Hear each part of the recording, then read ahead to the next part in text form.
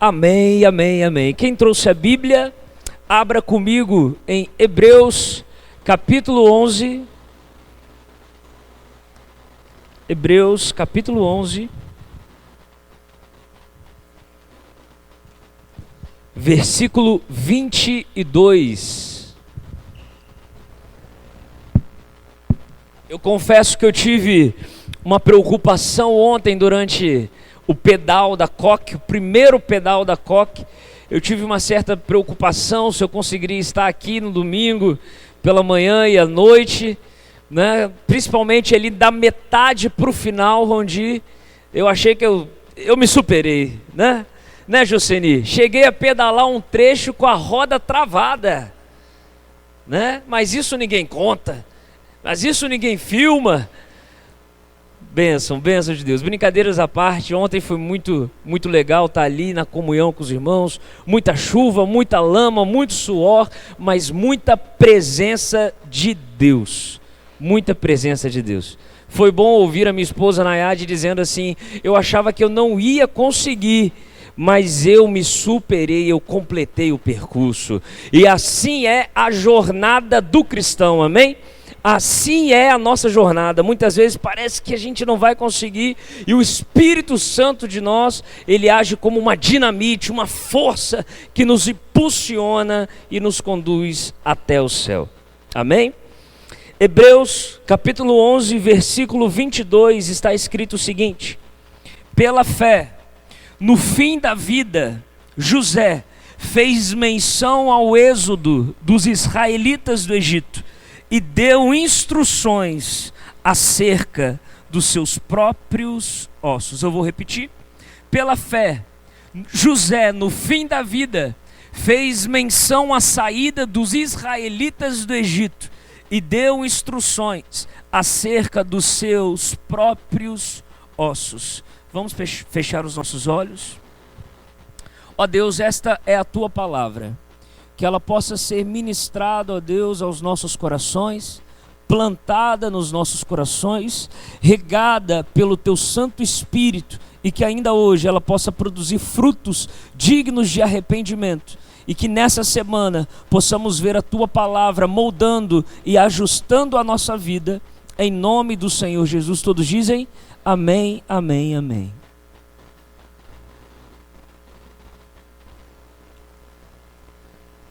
O tema do nosso mês, pode colocar na tela, Josué, o tema do mês? O tema do nosso mês é restaurando sonhos. O tema do nosso ano de 2024 é o ano da restauração. Começamos com restaurando a intimidade, fomos para restaurando relacionamentos em fevereiro, em março restaurando a alegria, Cristo está vivo, Cristo vive. Em abril estudamos restaurando a adoração. Em maio estudamos restaurando minha família. Em junho estudamos restaurando o coração. E fechamos os 6 primeiros meses de 2024. É isso mesmo. 6 meses já ficaram para trás. E em julho nós iniciamos o segundo semestre de 2024 com o tema Restaurando Sonhos. Por isso nós colocamos aqui um balão nessa imagem, porque o balão ele sai da terra e vai voando, e vai voando, e vai voando, é como num sonho. Nós nunca sabemos quando um sonho começa, já percebeu? Quando você dorme, de repente você está no sonho. Você não consegue, pelo menos eu não consigo lembrar quando o sonho começou quando eu estou dormindo. Mas sempre nós já nos encontramos no meio do sonho. Assim também é a vida, Joceni. Nós, quando temos consciência, nós já estamos vivendo. Já estamos ali, quando criança, correndo pelas ruas. Assim é a vida, assim também é os sonhos. Você tem sonhos? Eu tenho sonhos. Quem aqui tem sonhos? Somos movidos pelos sonhos. O que são os sonhos? Sonhos são boas projeções que nós fazemos para o futuro. Ninguém se vê, ou melhor, ninguém sonha estar lá no futuro de uma forma ruim. Sonhos são boas projeções que nós temos em relação ao futuro, em relação ao nosso futuro. E o nosso Deus é também um Deus que tem sonhos. Por isso ele deu a capacidade humana de sonhar, a capacidade humana de olhar para frente e de imaginar e de criar bons cenários. Por isso que a ansiedade é algo cruel, porque a ansiedade ela traz trevas para os nossos sonhos. A ansiedade é uma projeção ruim do futuro. Já os sonhos são boas projeções.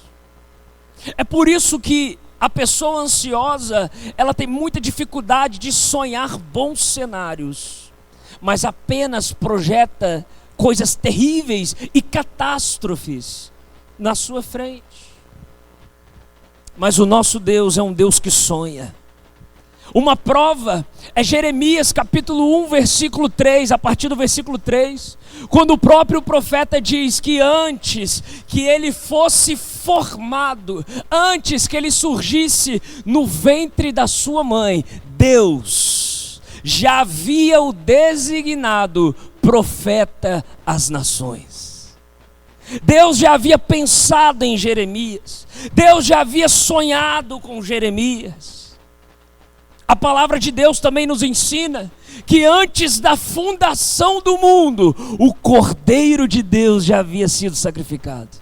Deus já tinha boas projeções para os seus filhos. Deus já tinha o plano certo para a humanidade, que é Cristo Jesus.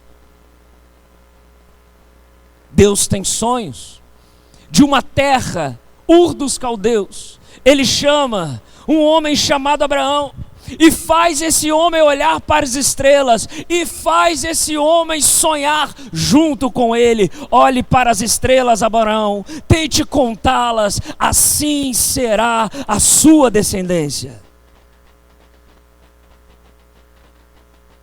Um Deus que diz que quando o seu espírito fosse derramado sobre o seu povo, os jovens teriam visões e os velhos sonhariam, terão sonhos.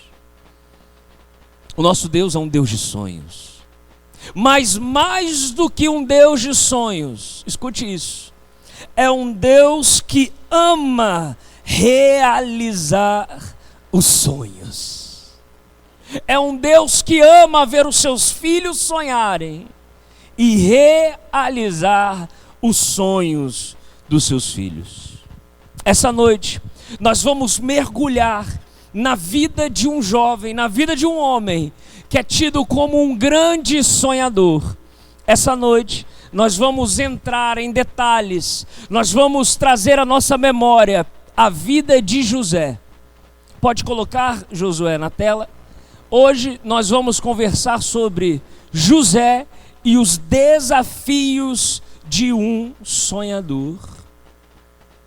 Os sonhos, eles não acontecem de repente, eles não se realizam de repente. Não há um pote mágico no qual nós esfregamos e os sonhos se realizam. É necessário que os sonhos, eles precisem passar por uma transformação, por um processo, por uma viagem, por uma jornada, pastor Luci. Hoje pela manhã nós ouvimos isso. O quão importante é a jornada. Muitas vezes nós ficamos apenas focados nos nossos sonhos, nas boas projeções que nós temos no futuro, e esquecemos que os nossos sonhos estão amadurecendo. Deus está cuidando de nós, tratando os nossos defeitos, colocando as qualidades, nos tornando mais parecidos com Cristo.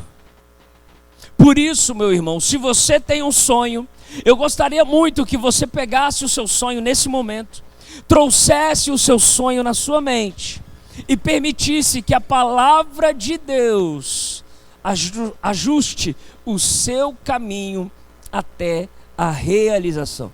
Essa noite nós vamos mergulhar nessa história de um jovem sonhador que ousou sonhar e viver os sonhos de Deus. Você deseja viver os sonhos de Deus? Você está preparado para viver os sonhos de Deus?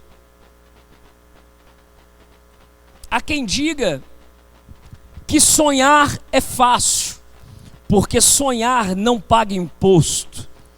Então no sonho você pode ser quem você quiser. No sonho, Paulo Vitor, você pode ter as empresas que você quiser, afinal você não paga imposto por enquanto. Do jeito que as coisas estão indo, daqui a pouco até imposto de sonhos nós podemos acabar ter que pagar. Mas dizem que sonhar é bom porque não paga imposto. Mas a verdade, meu irmão, é que sonhar é um desafio. Ter um sonho é algo desafiador. Desafiador.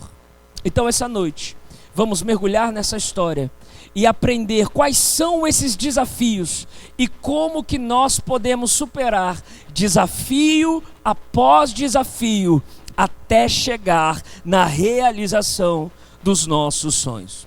Por isso, abra sua Bíblia comigo em Gênesis capítulo 37. Gênesis capítulo 37, a partir do versículo 5. E mantenha a sua Bíblia aberta. Hoje nós vamos passar por vários versículos.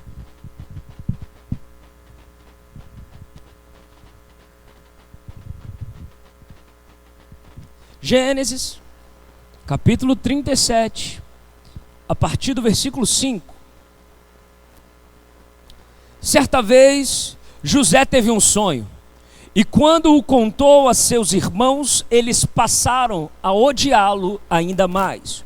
Agora vá para o versículo 9. Depois teve outro sonho, e o contou aos seus irmãos. Tive outro sonho, e desta vez o sol, a lua e 11 estrelas se curvavam diante de mim. Quando o contou ao pai e aos seus irmãos, o pai o repreendeu e lhe disse: que sonho é esse que você teve? Será que eu, sua mãe e seus irmãos viremos a nos curvar até o chão diante de você? Assim, seus irmãos tiveram ciúmes dele. O pai, no entanto, refletia naquilo. José, o nome José significa o Deus que acrescenta. José era filho de Raquel. Raquel, esposa de Jacó. Jacó tinha duas esposas, Lia e Raquel. Jacó amava mais a Raquel. Só que, porém, Lia era aquela que primeiro lhe deu filhos. José era o filho já na sua velhice. José nasce em uma família conflituosa. José nasce numa família que havia muitas brigas, muita disputa. Havia muita disputa entre Lia e Raquel. Havia muitas brigas dentro de casa. Esse era o cenário de José. José nasce como sendo o penúltimo filho. 10 irmãos na frente dele.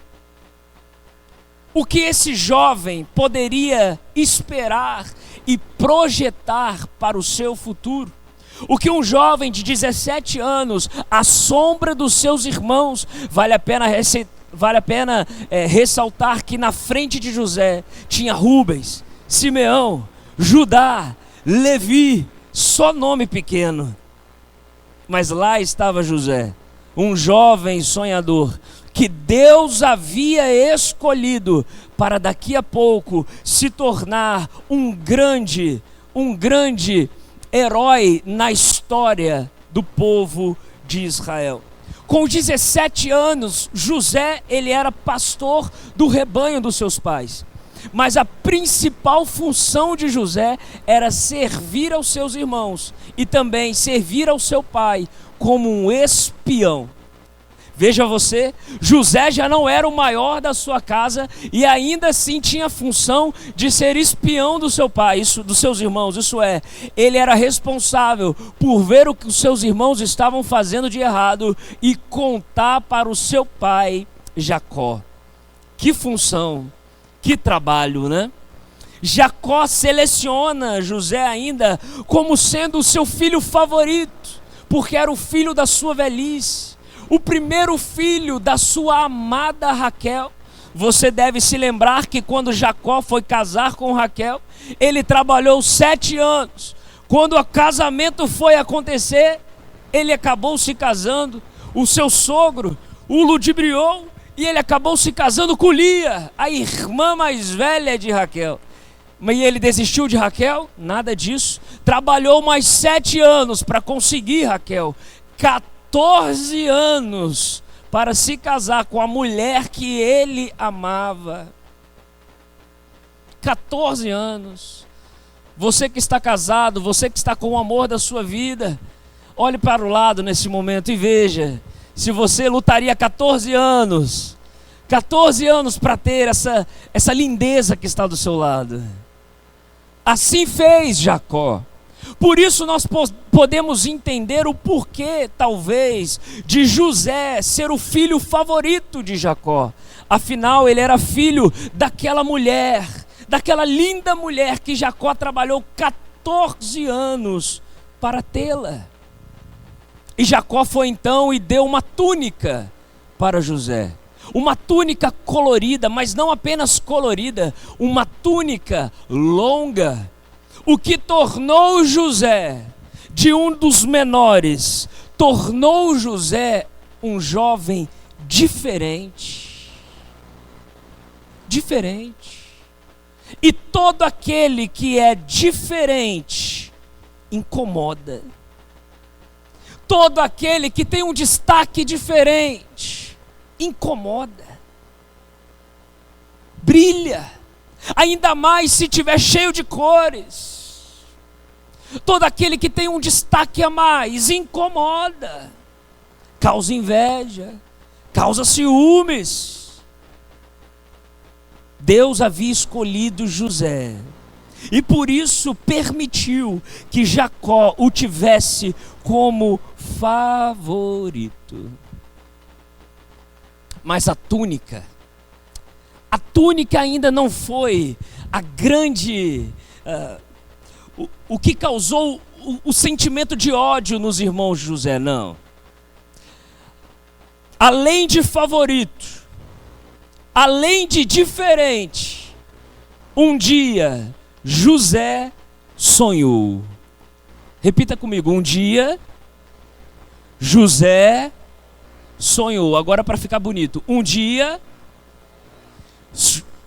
eu falo um dia, José sonhou, amém? Um dia José sonhou. Um dia José sonhou. Ah, meu irmão, tudo muda quando um sonho surge na nossa vida. Tudo muda. Absolutamente tudo muda. Quando um casal decide, vamos ter um filho, eles começam a tentar ter o filho. Quando a mulher engravida e por algum motivo aquela gestação não vai à frente, e aquela gestação é interrompida por algum motivo, pergunte para aquela mulher se ela vai desistir de ter filhos, porque o sonho nasceu no coração. Pergunte para um jovem que está estudando para passar no vestibular de medicina. Quando o sonho de ser médico surge, o seu horário diminui. As saídas com os amigos diminuem. Até o namoro fica para depois da faculdade. Porque o sonho nasceu. E se o sonho nasceu, tudo ao redor começa a mudar. Pergunte para alguém que abriu uma empresa. Trabalha 12, 13, 14, 15 horas por dia. Em busca da realização do sonho. Pergunte para um missionário que deixa toda a sua vida aqui e vai para a África evangelizar, levar o evangelho para aqueles que não conhecem. Pergunte para ele, quando nasceu o sonho, o que aconteceu? Ele só via as nações na frente dele. Tudo muda quando nasce um sonho no nosso coração. a nossa rotina muda, os nossos pensamentos mudam, as nossas prioridades mudam.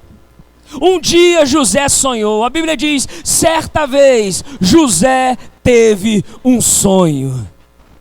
Ele sonhou que 11 feixes feixes de trigo se curvavam diante do feixe de trigo dele. Que sonho é esse? Você tem um sonho?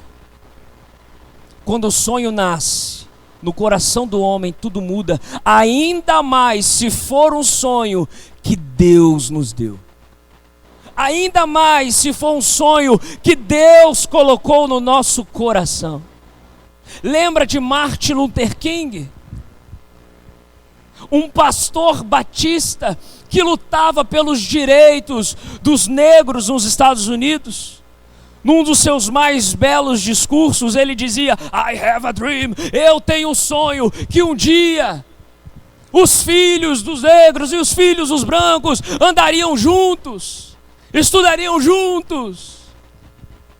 E depois que ele disse, eu tenho um sonho, o que aconteceu com ele? Foi assassinado. Sabe por quê? Porque quando o sonho nasce, é como se uma estrela surgisse. Toda a gravidade, todas as leis físicas, até o brilho no céu muda quando uma estrela nasce, quando o sol surge na galáxia, quando um sol surge no universo. Assim é o sonho no coração do homem. Ele altera a gravidade espiritual, ele muda tudo ao redor. Quer ver quem são seus amigos de verdade? Ouse, tenha coragem de compartilhar o seu sonho com eles. E você vai ver a gravidade mudar o ambiente.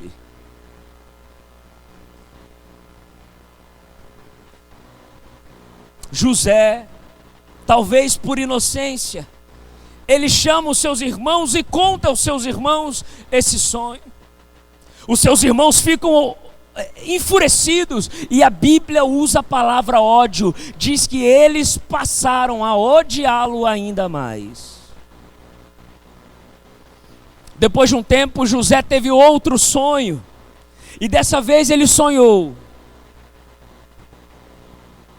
que o sol, a lua e 11 estrelas se curvariam diante dele. Mas que sonho grande é esse?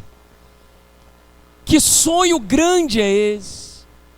O sol, a lua e 11 estrelas se curvando diante daquele jovem de 17 anos. Então os seus irmãos e o seu pai o repreendem, dizendo: que sonho foi esse? Que sonho é esse que você teve? O que isso significa para nós? E aqui, amada igreja, entra o primeiro desafio de um sonhador. O primeiro desafio de um sonhador é a incompreensão. Repita comigo: incompreensão. Quando os sonhos nascem no nosso coração, muitas vezes ninguém vai nos compreender. E muitas vezes nem nós mesmos, Tiago, conseguimos compreender com exatidão o sonho que Deus nos deu.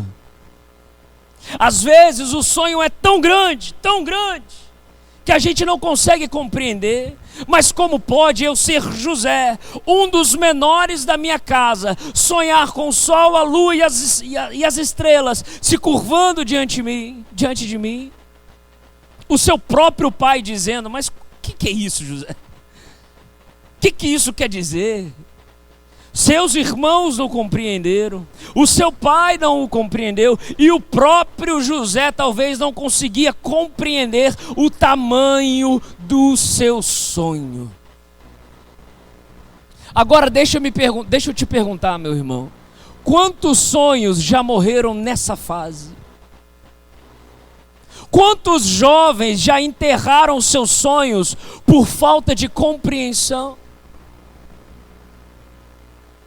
Quantas vezes você teve que descartar os seus sonhos por não conseguir compreendê-los? Por não ter alguém que os compreendesse?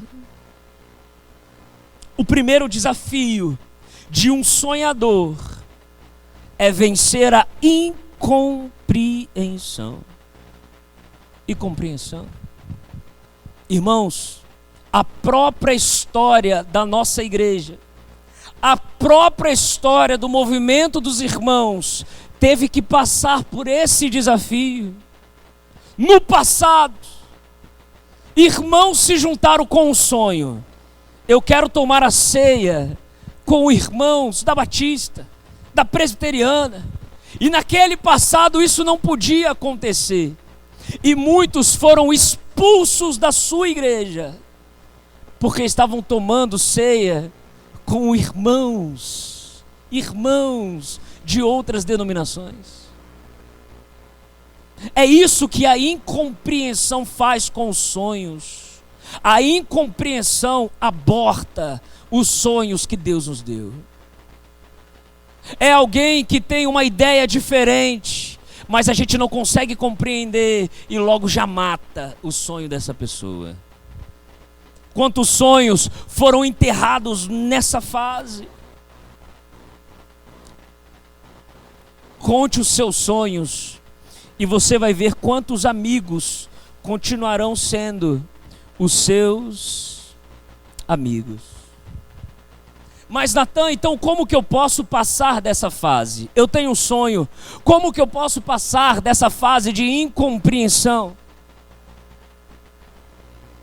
A palavra de Deus nos ensina no Salmo 32, versículo 8: eu o instruirei e o ensinarei no caminho que você deve seguir.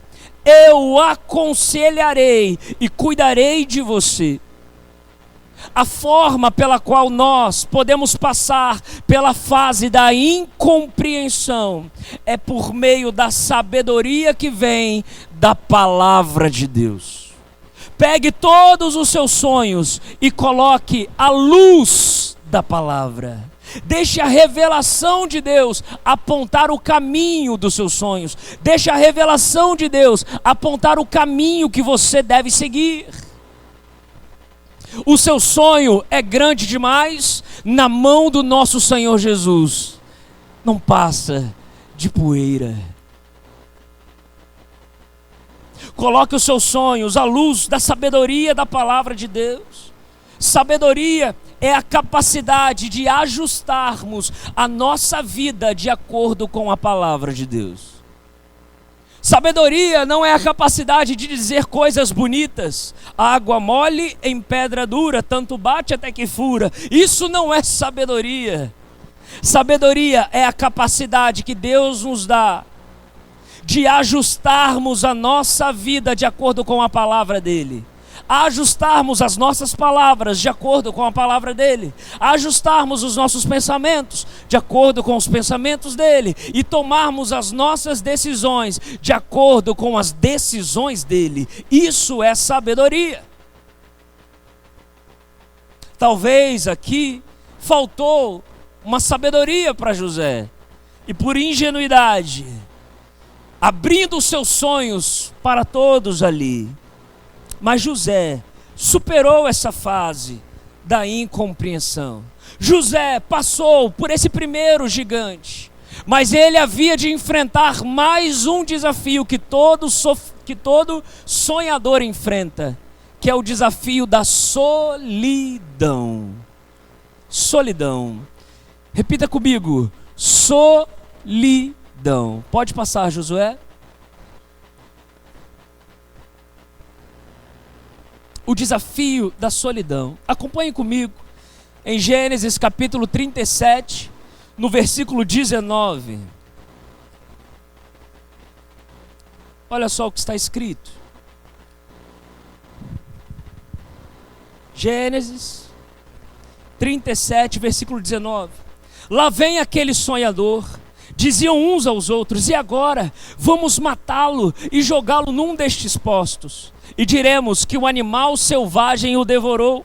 Veremos então o que será dos seus sonhos. Um dia, os irmãos de José saíram para trabalhar. Jacó, então, mandou que José fosse nessa missão especial de verificar o que os seus irmãos estavam fazendo. Preste atenção nisso. José saiu, então, nessa missão. Só que José, ele saiu de Hebrom. E a informação que ele tinha do seu pai é que os seus irmãos estavam em Siquém. Então José sai de Hebrom em direção a Siquém. Mas no meio do caminho, José se perde. No meio do caminho, José não sabia mais ou menos onde ele estava.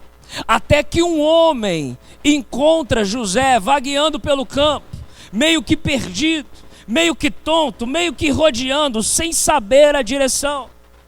Esse homem então pergunta a José o que ele estava fazendo. E ele disse que estava procurando os seus irmãos. Então esse homem vira para José e diz assim: eu ouvi os seus irmãos dizendo que eles estavam indo para Dotã. Repita comigo: Dotã.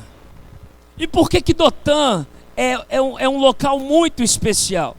Bom, para você entender, quando José chega em Dotã, os seus irmãos começam a dizer: lá vem José, aquele sonhador, lá vem José, aquele mestre dos sonhos, vamos pegá-lo, vamos jogá-lo nesse poço, nessa cisterna, e vamos dizer que um animal o devorou, e vamos dizer o que será dos sonhos deste sonhador. E fizeram isso. Em Dotã, preste atenção, em Dotã, os irmãos de José o cercaram, o pegaram e o jogaram nessa cisterna, nesse poço, que a Bíblia diz que era vazio e sem água. Mas por que Dotã é um lugar especial? Anos e anos e anos depois, na mesma Dotã, e Dotã, meus irmãos, significa duas cisternas. A palavra Dotã em hebraico significa dois poços, duas cisternas. Anos e anos depois, nessa mesma Dotã, tinha um profeta chamado Eliseu. E o rei da Síria preparou um exército para pegar esse profeta. E o ajudante desse profeta vira para Eliseu e fala: o que nós vamos fazer? Olha a quantidade dos cavalos, olha a quantidade dos soldados. Mas o profeta Eliseu, em Dotã, vira para o seu jovem, o jovem que o acompanhava, para o seu ajudador, e disse: ó Senhor, abra os olhos desse menino, abra os olhos desse jovem, para que ele veja que muito mais numerosos são aqueles que estão conosco. Dotã é um lugar especial, porque significa duas cisternas. Quando os irmãos de José o jogaram naquela cisterna, Deus o pegou em seus braços. Quando em Dotã o exército inimigo envolveu Eliseu, Deus já estava o envolvendo também. Se o diabo tem os seus poços, Deus é o nosso pastor, que ainda que passamos pelo vale da sombra da morte, pela cisterna da sombra da morte, pelo poço da sombra da morte, o seu cajado nos consola. Nada na Bíblia por acaso. Em Dotã tinha duas cisternas. Aqui José foi jogado e os braços de Deus que o seguraram. Nós não vemos José chorando, nós não vemos José clamando por socorro, nós não vemos José dizendo: por favor, irmãos, nos tirem daqui. Nós vemos um silêncio como de um filho que dorme no colo do seu pai.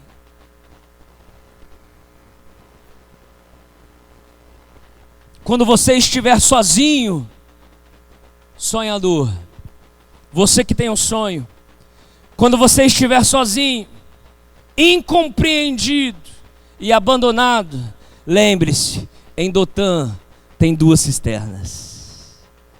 Em Dotã tem dois poços. Em Dotã tem abrigo. Em Dotã tem o pastor comigo, o bom pastor comigo. E lá estava José, naquela cisterna, mas em silêncio. Calma. Você não vê choro, você não vê grito, você não vê desespero. Pelo contrário, você vê os seus irmãos debatendo: o que nós vamos fazer? Rubens desesperado: não, nós não podemos matá-lo, ele é o meu irmão e o meu pai, esse sangue vai recair sobre mim.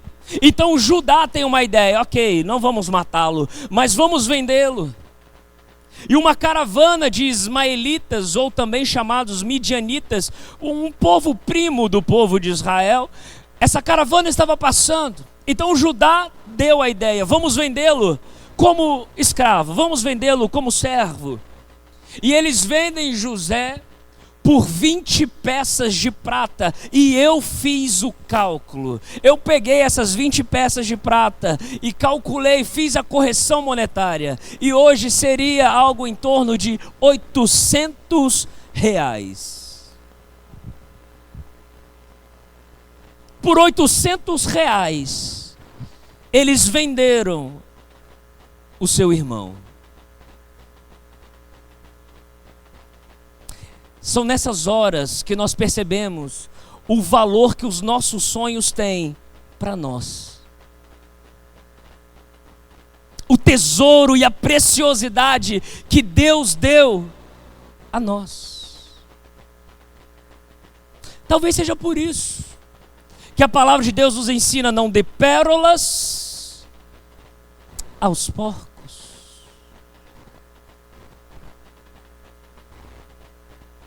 Deus te dá coisas, meu irmão. Deus dá coisas a você que os outros não vão valorizar. São muito valiosas para você. Para os irmãos de José, ele valia R$800. Menos do que um salário de hoje em dia. Menos que um salário. R$800.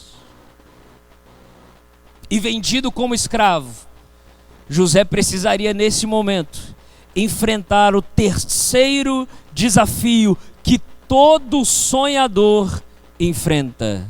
José precisaria enfrentar a humilhação. Pode colocar, Josué? A humilhação. José, de filho favorito, agora ele é vendido e rebaixado a servo, a escravo, e é vendido pelos midianitas, pelos ismaelitas, para Potifar. E Potifar, meu irmão, a palavra Potifar significa aquele que Ra deu. Ra é o deus principal egípcio, é aquele deus que tem corpo de homem e cabeça de uma ave, de uma águia, eu não me lembro ao certo.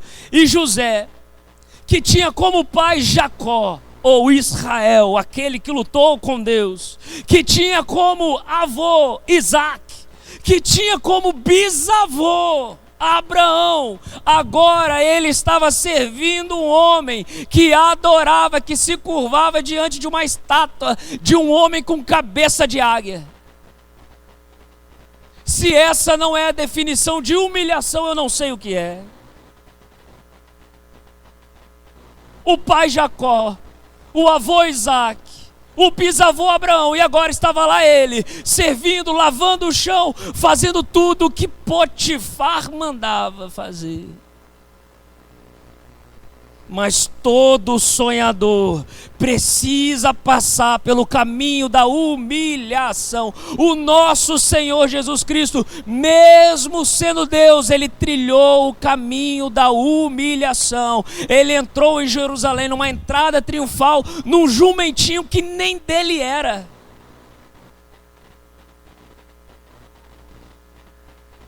Todo sonhador precisa passar pelo teste da humilhação. Sabe por quê?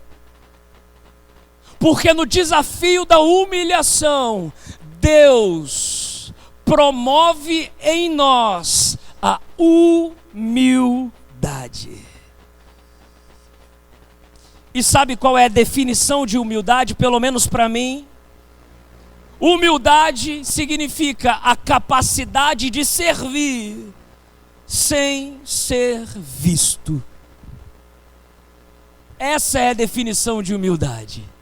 A capacidade de servir sem ser visto. Todo grande homem de Deus teve que exercer, teve que passar pelo caminho da humilhação. Davi, já ungido como rei, o profeta já havia ido na casa dele, já tinha derramado óleo sobre a cabeça dele. Davi, ungido como rei, teve que servir a Saul, teve que passar o caminho da humilhação, fugir como um fugitivo, como um bandido foge da polícia. Eliseu teve que deixar tudo para trás, queimar os seus bois e seguir Elias, que não era uma pessoa fácil de se lidar. Paulo, depois que foi chamado, meus irmãos, Paulo, ele foi chamado pelo próprio Cristo. Mesmo assim ele teve que ficar de molho, pastor Luci, 3 anos no ministério. O apóstolo Paulo, aquele do qual nós abrimos as cartas dele e aprendemos a revelação do Espírito Santo na vida daquele homem, teve que ficar 3 anos de molho no ministério. E ainda Pedro chamou Paulo para saber: quem é você? Quem te ensinou? E Paulo teve que virar para Pedro e dizer: eu conheci um homem que fora do corpo não sei, me levou ao terceiro céu e me mostrou coisas inefáveis que é ilícito aos homens falar. Todo grande servo de Deus, todo aquele que deseja crescer no ministério, você líder de ministério, você que deseja ser um pregador, você precisa passar pelo caminho que Cristo passou, que é o caminho da humilhação. É nesse caminho que Deus desenvolve no nosso coração a humildade. Porque a humildade é o que vai promover no nosso coração a boa terra, onde os sonhos vão crescer e frutificar. Frutificar. E nós não vamos ver José reclamando de servir Potifar. Nós não vamos ver José dizendo: mas eu tinha uma túnica, eu era favorito. Não, nós vamos ver José dando o seu melhor. Vá comigo para Gênesis capítulo 39, versículo 1. José havia sido levado para o Egito, onde o egípcio Potifar, oficial do faraó e capitão da guarda, comprou dos ismaelitas que o tinham levado para lá. O Senhor estava com José, de modo que este prosperou e passou a morar na casa do seu senhor egípcio. Quando este percebeu que o Senhor estava com ele e que o fazia prosperar em tudo o que realizava, agradou-se de José e tornou administrador dos seus bens. José serviu, mas não apenas serviu, José serviu com excelência. E passou então no terceiro desafio, que é a humilhação. Mas o quarto desafio ainda estava por vir. O quarto desafio que todo sonhador enfrenta é a tentação. É a tentação. José estava indo muito bem, incompreendido, solitário, humilhado, e agora ele haveria de passar por mais um desafio, o desafio da tentação. Acompanha comigo no versículo 6 desse mesmo capítulo, Gênesis 39, versículo 6. Assim deixou ele aos cuidados de José tudo o que tinha, e não se preocupava com coisa alguma, exceto com sua própria comida. José era atraente e de boa aparência, e depois de certo tempo, a mulher do seu senhor começou a cobiçá-lo, e o convidou: venha, deite-se comigo. Agora avance lá para o versículo 9. Ninguém nesta casa está acima de mim, ele nada me negou, a não ser a senhora, porque é a mulher dele. Como poderia eu, então, cometer algo tão perverso contra Deus? No quarto desafio, José é colocado à prova, ele é tentado. A mulher de Potifar busca José, busca agarrá-lo. E a Bíblia diz que era dia após dia, dia após dia, dia após dia, a mulher tentando José, querendo José. E José era de boa aparência, ele era atraente, ele era simpático, era alguém fácil de se envolver, alguém fácil de se admirar. Mas aí José nos mostra como vencer a tentação. Sabe por quê? A tentação, meus irmãos, ela é o atraso na vida de todo o sonhador. A tentação, se nós não conseguimos passar por ela, e se o pecado entra na nossa vida, ele se torna um buraco no asfalto. Quando o pecado entra na nossa vida, ele nos faz ter que parar e consertar o que está de errado, consertar o que está quebrado, e atrasa a viagem. Esses dias eu precisei trocar um pneu, mas não de um carro que eu estava dirigindo. Esses dias estava eu, Cleoni, nossa irmã Cleoni, nosso pastor Arnaldo, nosso pastor Daltro, e a nossa irmã, por uma infelicidade, acabou furando o pneu. Eu olhei e falei, bom, a nossa irmã está com um problema na coluna. O nosso pastor Arnaldo já está com seus 96 anos. E o nosso pastor Daltro mal enxerga. Eu acho que sobrou para mim trocar o pneu, né? E aí começou aquela luta. Mas quem apertou os parafusos daquele pneu, eu disse depois para ela, eu falei, minha irmã, quem apertou os parafusos do pneu do seu carro, ou gosta muito de você, para não ver a roda saindo, ou não gosta muito de você. Porque que pneu difícil para trocar foi aquele. Até que o nosso pastor Daltro trouxe uma barra de ferro que poderia ter trazido no início, mas deixou para o final, né? Trouxe aquela barra de ferro e a gente conseguiu trocar aquele pneu. Mas a verdade é que o pecado é como esse pneu furado. Ele atrasa a jornada, Rondinelli. Ele faz a gente ter que parar e consertar o que está errado. Imagina José, ele está vindo numa pegada, ele está passando desafio após desafio. Cada desafio que Deus está colocando na vida dele, na vida daquele sonhador, ele está passando. É poço, ele passa, é servidão, ele passa. Agora ele chega nessa rodovia e vem a tentação. Imagina se José fura o pneu, atrasa o processo, vai ter que passar pelo conserto, vai ter que ir na funilaria, na borracharia, atrasa o processo. Mas o que José faz? Ele nos ensina como desviar dos buracos dessa estrada. Ele nos ensina como lidar com o pecado. Ele vira para aquela mulher e responde da seguinte forma: o meu senhor, o Potifar, me deu responsabilidade sobre tudo isso daqui. Eu só não posso ter você, mas principalmente, como poderia eu pecar contra o Potifar? Ele fala isso? Pecar contra o Potifar? Ele diz, como eu poderia pecar contra o meu Deus? A vida de intimidade de José era tão grande, que ele tinha Deus por seu amigo. Ele fala, como poderia eu ferir o coração do meu Deus? Como poderia eu machucar aquele que desde a cisterna está comigo até agora?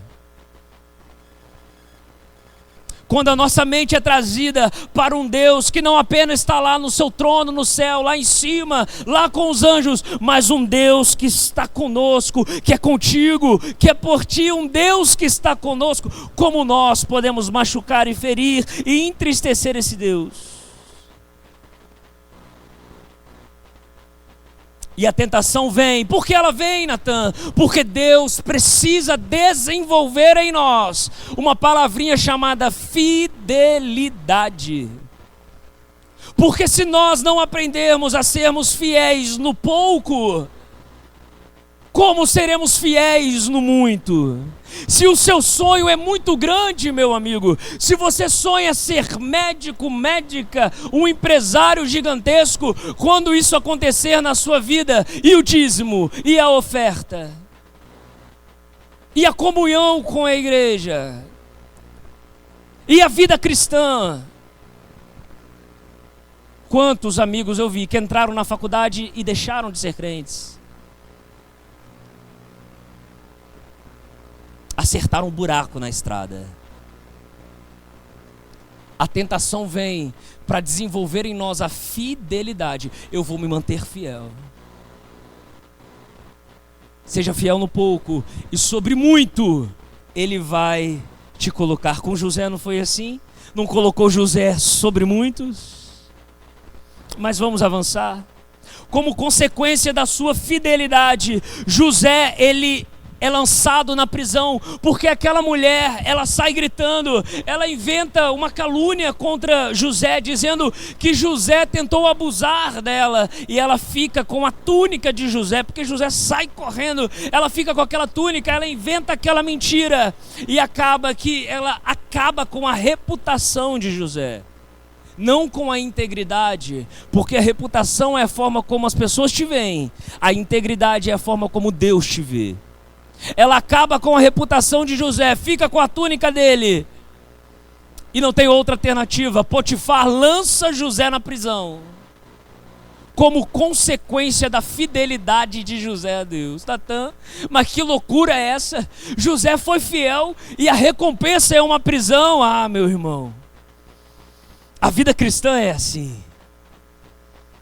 Só aqueles que vão amadurecendo na fé vão conseguindo entender o plano de Deus.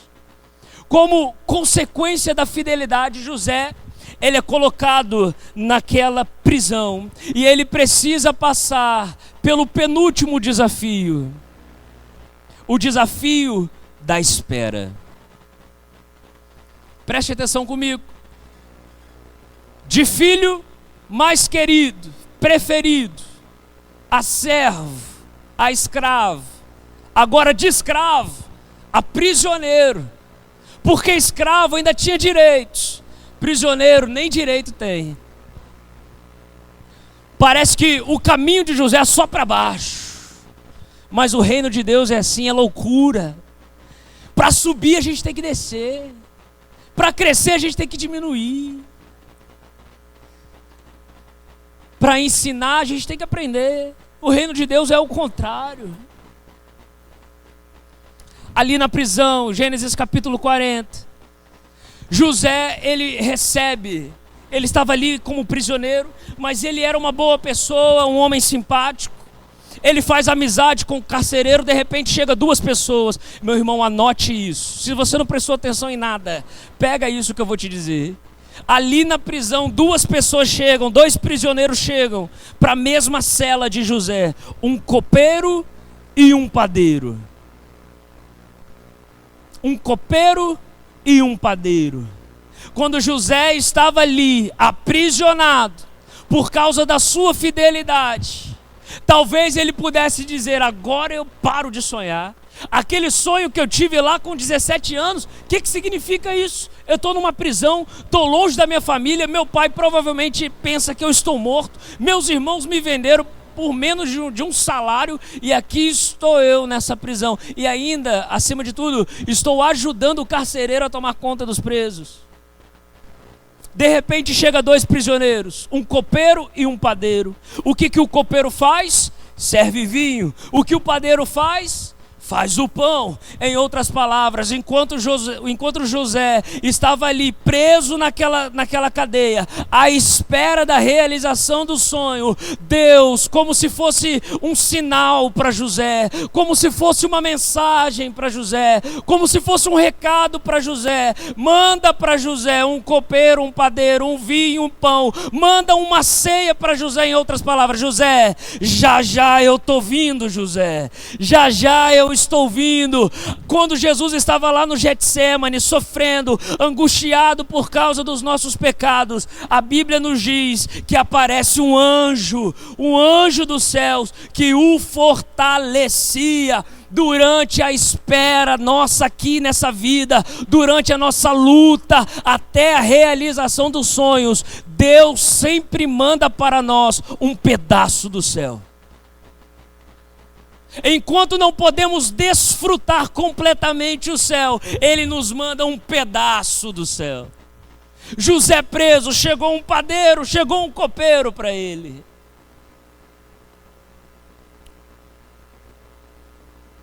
Em outras palavras, Paulo ele escreve lá na carta aos Coríntios, fazer isso, né? Até que ele venha. E José recebe aqueles dois como um sinal de Deus. José, eu já estou chegando. Eu já estou chegando. José ele interpreta o sonho daqueles dois homens, porque ele sonha. O copeiro sonha que tinha uma videira com ramos, e aqueles ramos, 3 ramos, deram muitas uvas. Quer dizer que em 3 dias ele seria recolocado ao seu posto. O padeiro sonha com 3 cestas na sua cabeça, cheias de pães e de doces favoritos de Faraó, mas as aves vinham e comiam esses pães. E José interpreta dizendo: daqui a 3 dias você perderá a sua cabeça, será decapitado, e não somente isso, você será pendurado numa árvore à mostra de todos. José só pediu ao copeiro uma coisa. Ele disse: quando você sair, lembra de mim, conta de mim, fala de mim, para ver se alguém me tira daqui, porque eu fui colocado aqui de forma injusta, não era para eu estar nesse lugar, lembra de mim. Mas o tempo passa, 2 anos se passam, e o copeiro não lembra de José, e José teve que esperar. É aquela promoção que atrasa, é aquela oportunidade que não vem. Mas em Gênesis capítulo 41, ao final de 2 anos, o faraó teve um sonho. E o faraó sonhou com 7 vacas bem alimentadas, gordas, saindo do rio.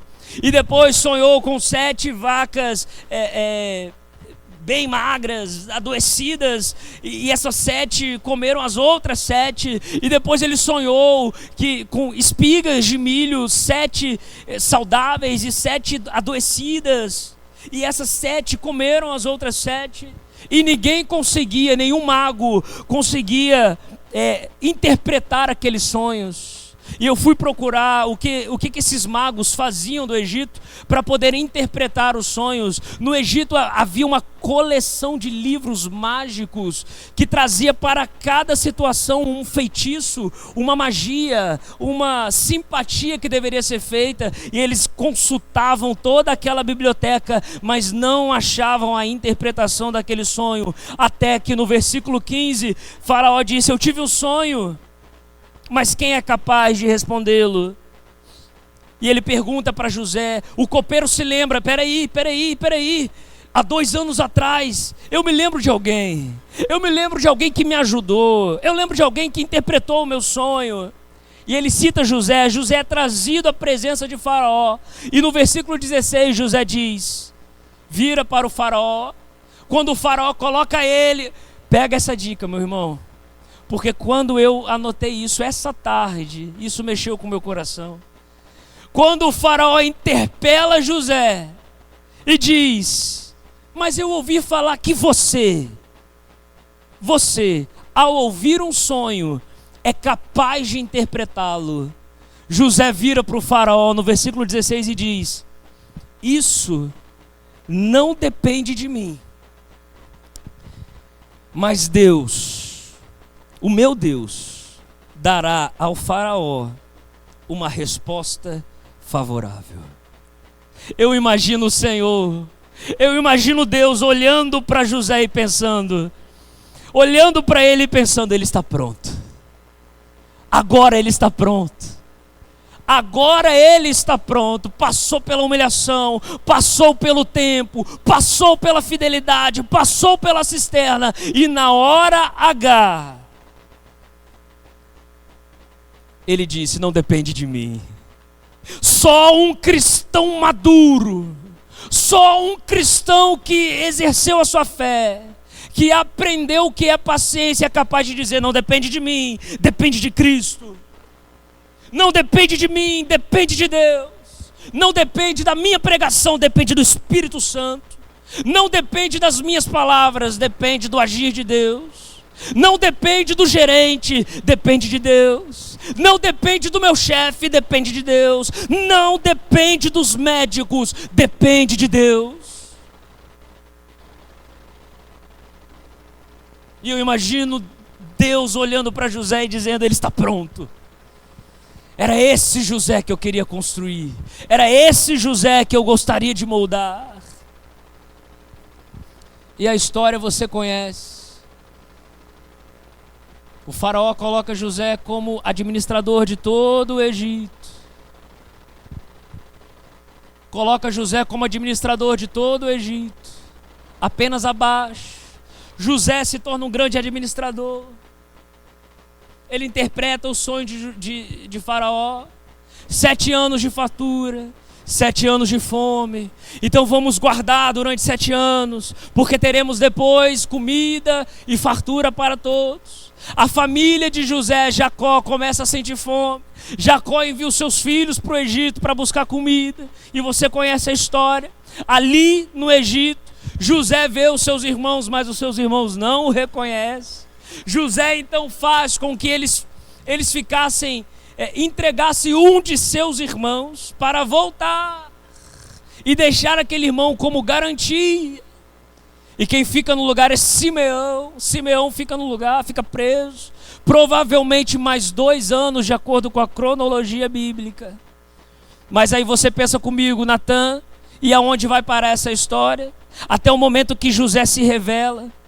Lá estava Benjamim, eles trazem o filho caçula de Raquel, o mais novinho.